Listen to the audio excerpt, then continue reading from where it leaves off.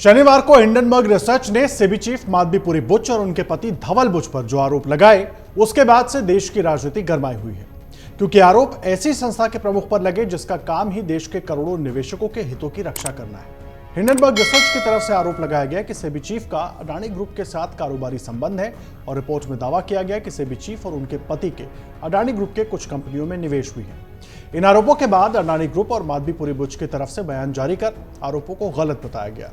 सच क्या है ये तो जांच के बाद सामने आएगा, लेकिन हिंडनबर्ग रिसर्च की तरफ से सेबी चीफ पर आरोपों के बाद कई सवाल उठ रहे हैं। क्या सेबी प्रमुख माधवीपुरी बुच ने अडानी एंटरप्राइजेज से अपने संबंधों को छिपाया? जब वो सेबी के अध्यक्ष थी तो उन्होंने अडानी के खिलाफ सेबी की जांच से खुद को अलग क्यों नहीं किया?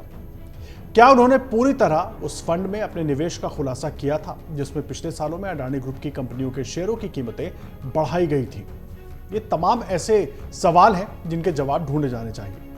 देखिए, इस पूरे मामले को लेकर सवाल उठ रहे हैं और जानकार इसके पीछे विदेशी साजिश होने का संदेह भी जता रहे हैं। सबसे पहले समझते हैं हिंडनबर्ग के इस बार के आरोप क्या है, क्योंकि 2023 में भी अडानी ग्रुप को लेकर हिंडनबर्ग रिसर्च की तरफ से बहुत सारे आरोप लगाए गए थे, जिसके बाद पूरी जांच हुई थी। लेकिन इस बार जो रिपोर्ट जारी की गई है उसमें क्या कुछ कहा गया है। देखिए, हिंडनबर्ग रिसर्च की तरफ से आरोप लगाया गया है कि सेबी की चेयरपर्सन माधवीपुरी बुच और उनके पति धवल बुच की मॉरिशस की offshore company global dynamic opportunity fund में हिस्सेदारी है और इस कंपनी में गौतम अडानी के भाई विनोद अडानी ने अरबों डॉलर का निवेश पहले किया हुआ है। इस पैसे का इस्तेमाल शेयरों के दामों में तेजी लाने के लिए किया गया। इस रिपोर्ट के आने के बाद अडानी ग्रुप की तरफ से सफाई दी गई। अडानी ग्रुप की तरफ से कहा गया कि हिंडनबर्ग की जो ताजा रिपोर्ट है, अडानी ग्रुप ने उस रिपोर्ट को पूरी तरह से खारिज कर दिया है और यह भी कहा कि नए आरोप बदले की भावना से लगाए गए हैं। हिंडनबर्ग ने अपने फायदे के लिए इस तरह के आरोप लगाए हैं। अडानी ग्रुप ने कहा कि हिंडनबर्ग की रिपोर्ट में जिन लोगों के नामों का जिक्र किया गया है उनके साथ हमारा कोई भी व्यावसायिक संबंध नहीं है। अडानी ग्रुप ने बयान में कहा कि इस रिपोर्ट में लगाए गए आरोप दुर्भावनापूर्ण है और तथ्यों को जोड़ तोड़कर पेश किया गया है। हम अडानी ग्रुप के खिलाफ हिंडनबर्ग की तरफ से लगाए गए इन सभी आरोपों को पूरी तरह से खारिज करते हैं, जो सिर्फ हमें बदनाम करने के लिए किए जा रहे हैं और उस तरह के दावों की रिसाइकलिंग है। इस पर सफाई सेबी चीफ की तरफ से भी आई। सेबी चीफ माधवीपुरी बुच ने आरोपों को निराधार बताया और इसे सेबी की विश्वसनीयता पर हमला और चेयरपर्सन के चरित्र हनन की कोशिश करने का आरोप लगाया। सेबी चीफ का कहना है कि हिंडनबर्ग जिस विदेशी फंड में निवेश का आरोप लगा रही है वो साल 2015 में किया गया था। सेबी चीफ का यह भी कहना है कि हिंडनबर्ग ने भारत में कई तरह के नियमों का उल्लंघन किया, इसे लेकर उसे नोटिस भेजा गया। उसका जवाब देने की बजाय सेबी की विश्वसनीयता पर ही सवाल उठाने की अब कोशिश की जा रही है। फंड में निवेश तब किया गया था जब सेबी चीफ प्राइवेट सिटीजन थे और उस समय अपने डॉक्यूमेंट्स किसी भी अधिकारी के सामने उस समय के डॉक्यूमेंट्स वो पेश कर सकते हैं और इस खुलासे से जुड़ी सभी जानकारी पहले ही सेबी को दी जा चुकी है और किसी भी वित्तीय दस्तावेज का खुलासा करने में कोई हिचकिचाहट नहीं है। ये तो हिंडनबर्ग और सेबी चीफ के आरोप प्रत्यारोप की बात हुई, लेकिन इस खुलासे के बाद इस मामले पर राजनीति बहुत तेज हो गई है। देखिए, लोकसभा में नेता प्रतिपक्ष राहुल गांधी ने कहा कि सेबी की पवित्रता प्रभावित हुई है, संस्था की पवित्रता के साथ समझौता हुआ है। सेबी चीफ ने अब तक इस्तीफा क्यों नहीं दिया? निवेशकों की मोटी कमाई डूब जाती है तो कौन इसका जिम्मेदार होगा? क्या सुप्रीम कोर्ट इस पूरे मामले पर स्वतः संज्ञान लेगा? वहीं आपके राज्यसभा सांसद संजय सिंह ने कहा कि सेबी चीफ और उनके पति का पैसा मुखौटा कंपनियों में निवेश किया गया था। ये तथ्य कोर्ट से क्यों छिपाए गए हैं? ये तमाम आरोप विपक्ष की तरफ से लगाए गए हैं। आपको सुनवाते हैं क्या कुछ विपक्ष के नेताओं ने कहा है। Why is Chairperson Madhavi Buch not resigned? Second, God forbid something were to go wrong and investors were to lose their money. Who is responsible? Is the Prime Minister of India responsible? Is Madhavi Buch responsible? Or is Mr. Adani responsible? And finally, the Supreme Court has been looking at this matter. New allegations have emerged. Very serious, explosive allegations have emerged. Is the Supreme Court going to look at this matter suo motu again?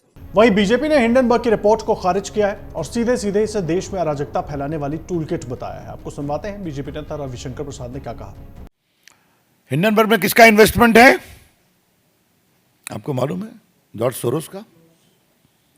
यह महाशय कौन है जो भारत के खिलाफ नियमित propaganda चलाते हैं?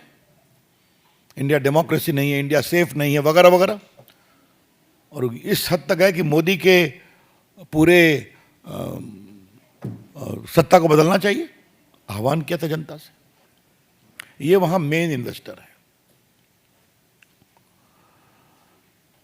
लेकिन सवाल पूछना कांग्रेस पार्टी से, क्या चाहते हैं आप? चाहते क्या है आप? देश मोदी की से नफरत करते हुए कांग्रेस पार्टी आज हिंदुस्तान से नफरत करने लगी है. In their pathological hatred against Narendra Modi ji, led by Mr. Rahul Gandhi and his friends, toolkit gangs. तो किस तरीके से राजनीति चल रही है इस मामले पर वो तो आपने देख ली, लेकिन देखिए हिंडनबर्ग की रिपोर्ट में जो सवाल उठाए गए हैं उनका जवाब तो मांगा ही जाना चाहिए. लेकिन जिस तरह से हिंडनबर्ग रिसर्च काम करता है, जानकार उसकी मंशा पर भी सवाल उठा रहे हैं. जानकारों के मुताबिक ऐसा आरोप लगाकर बाजार से फायदा उठाने की कोशिश भी हो सकती है. ऐसे आरोपों का प्रभाव कुछ समय के लिए बाजार पर जरूर पड़ सकता है, लेकिन ये लंबे समय तक नहीं रहेगा और फायदा उठाने के लिए इतना समय काफी होता है. हिंडनबर्ग ने साल भर पहले जो आरोप लगाए थे उससे उथल पुथल मची और मार्केट को भारी नुकसान हुआ, लेकिन बाद में क्लीन चिट मिली तो मार्केट में फिर से तेजी लौटी. ऐसे में संभावना है कि इस बार ज्यादातर निवेशक इस रिपोर्ट को तवज्जो नहीं देंगे और अब जब आज आप शेयर बाजार को देखें तो लगभग ऐसा ही दिखता है कि बहुत ज्यादा निवेशकों ने इस रिपोर्ट को तवज्जो नहीं दी है. अब इस पूरे मामले में इस खुलासे के पीछे हिंडनबर्ग के मकसद को लेकर के भी सवाल उठ रहे हैं. देखिए, हिंडनबर्ग एक शॉर्ट सेलिंग कंपनी है जो इस तरह के आरोप लगाकर बाजार में शॉर्ट सेलिंग कर मुनाफा कमाने का काम करती है. कंपनी की प्रोफाइल को अगर देखा जाए तो उसके मुताबिक एक एक्टिविस्ट शॉर्ट सेलर है और इसके जरिए वो अरबों रुपए की कमाई करती है. शॉर्ट सेलिंग एक तरह की ट्रेडिंग या इन्वेस्टमेंट स्ट्रैटेजी है. इसमें कोई किसी खास कीमत पर स्टॉक या सिक्योरिटीज खरीदी जाती है और फिर उसे कीमत ज्यादा होने पर बेच देता है, जिससे उसे जोरदार फायदा होता है. और अगर मीडिया रिपोर्ट्स की माने तो पिछली बार जब हिंडनबर्ग ने अडानी ग्रुप को लेकर खुलासा किया था, तब हिंडनबर्ग ने शॉर्ट सेलिंग से लाखों डॉलर का मुनाफा भी कमाया था. और इस बीच सेबी ने निवेशकों को शांति से काम लेने और ऐसी रिपोर्ट्स पर रिएक्शन से पहले पूरी पड़ताल करने की सलाह दी है. अडानी ग्रुप के खिलाफ जो आरोप लगाए गए हैं उन सभी की जांच की गई है. 26 मामलों में सिर्फ एक ही मामला बचा है. दरअसल सेबी की भूमिका यहां महत्वपूर्ण हो जाती है, क्योंकि उसे यह सुनिश्चित करना होता है कि कोई भी मार्केट प्लेयर इन हालातों का फायदा न उठाए. सेबी इस तरह की गतिविधियों पर नजर रखता है और अगर किसी प्रकार की कोई अनुचित गतिविधि का पता चलता है तो उस पर कड़ी कार्रवाई की जा सकती है. ये तो अभी हाल की बात हुई, लेकिन 2023 में क्या हुआ था, क्योंकि 2023 में भी हिंडनबर्ग की एक रिपोर्ट आई थी जिसमें अडानी ग्रुप को लेकर तमाम सवाल उठाए गए थे. देखिए, जनवरी 2023 में अडानी ग्रुप पर वित्तीय अनियमितताओं के आरोप लगाए गए थे हिंडनबर्ग की रिपोर्ट में, और इन खुलासों की वजह से भारतीय मार्केट पर बड़ा प्रभाव देखा गया था. अडानी ग्रुप के शेयरों में बहुत गिरावट आई थी. अडानी ग्रुप को करीब 150 बिलियन डॉलर से ज्यादा का नुकसान हुआ था. जनवरी 2023 में भी हिंडनबर्ग ने अपनी रिपोर्ट में अडानी ग्रुप पर शेयर के भाव मैनिपुलेट करने और उसमें हेराफेरी का आरोप लगाया था. इसमें अडानी ग्रुप के मार्केट कैपिटलाइजेशन में गिरावट आई थी. अडानी ग्रुप को अपना एफपीओ वापस लेना पड़ा था और इस मामले में सुप्रीम कोर्ट ने सेबी को जांच सौंपी थी. सेबी ने अडानी ग्रुप को क्लीन चिट दी थी. सेबी का यह भी कहना था कि हमने 26 मामलों में 25 की जांच पूरी कर ली है और इस मामले में सेबी ने हिंडनबर्ग को कारण बताओ नोटिस जारी किया था. हालांकि अब तक हिंडनबर्ग की तरफ से इस नोटिस का जवाब नहीं आया, बल्कि हिंडनबर्ग की एक नई रिपोर्ट आ गई. अब जनवरी 2023 में हिंडनबर्ग ने अडानी ग्रुप पर शेयरों में हेरफेर और अकाउंटिंग फ्रॉड के गंभीर आरोप लगाए थे. इस रिपोर्ट के बाद अडानी ग्रुप की कंपनियों के शेयरों में भारी गिरावट आई. हिंडनबर्ग ने सेबी की भूमिका पर सवाल उठाए और कहा कि सेबी ने अडानी ग्रुप के खिलाफ उचित और समय पर कार्रवाई नहीं की.